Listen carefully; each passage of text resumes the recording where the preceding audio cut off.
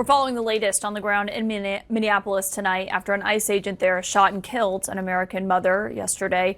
Joining me tonight is the former acting secretary of the Department of Homeland Security, Chad Wolf. And it's great to have you here, sir, because obviously we've heard a lot out of the Department of Homeland Security, given what happened yesterday. We're still monitoring what happened in Portland tonight. But can I ask you, because I think a lot of people want to know, what is ICE trained to do in a situation like this? We've heard about the law enforcement there as they arrived after. What are those ICE agents actually trained to do in a moment like this? Well, thanks for having me. Well, ICE is trained like many other law enforcement agencies around the parameters of their job. Their job in this case is actually to go out, find targets, targets meaning other illegal aliens, criminal illegal aliens, and arrest them. And so in the course of their duties, they do that in a variety of different ways and in a variety of different facilities, whether it's on the street, whether it's, they stop a vehicle, knock on a door in a variety of different circumstances. And so they're trained in a wide variety to make sure that they are protecting themselves, protecting others that are around them, but ultimately needing to arrest that individual that's breaking immigration law. When you're watching this, and obviously the woman here who was shot and killed, Renee Good, she was not a target of the enforcement operation, as the officials there made clear yesterday. When you're watching it and you see what happens right in the aftermath of the shooting, the other two agents who had been approaching the car or the vehicle with him back away and kind of go back to their car. He walks a little bit forward and then turns around and walks back based on the videos. What is that? What does what happens in the aftermath say to you? Well, I'm not going to try to guess or even second guess what's going on in that situation. I don't have all of the facts and what's going on, but obviously you have a dynamic situation there. There's an incident that has unfolded.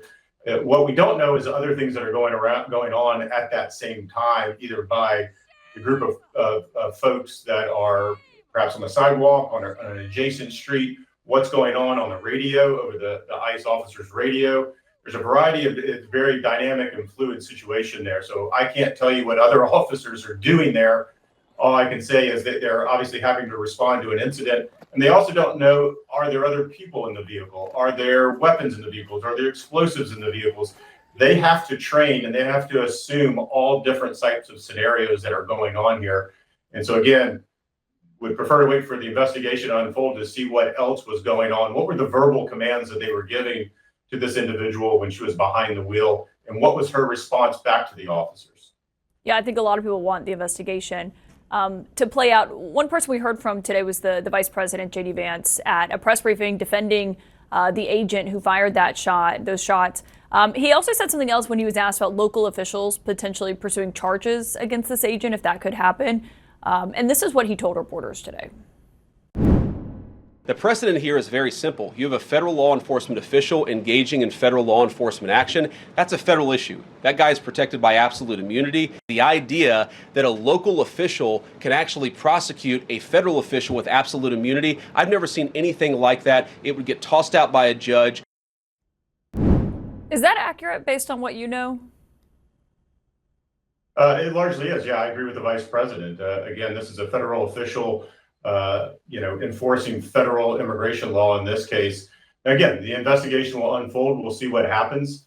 But I do agree, and the FBI is obviously taking charge of that investigation. So we're going to see what unfolds and see where the facts lead us. And I think that's very important. I see, a variety of people looking at very small portions of tape and jumping to these conclusions and calling ICE all sorts of names and just thinking that it's always the worst on law enforcement. Instead, these folks are highly trained.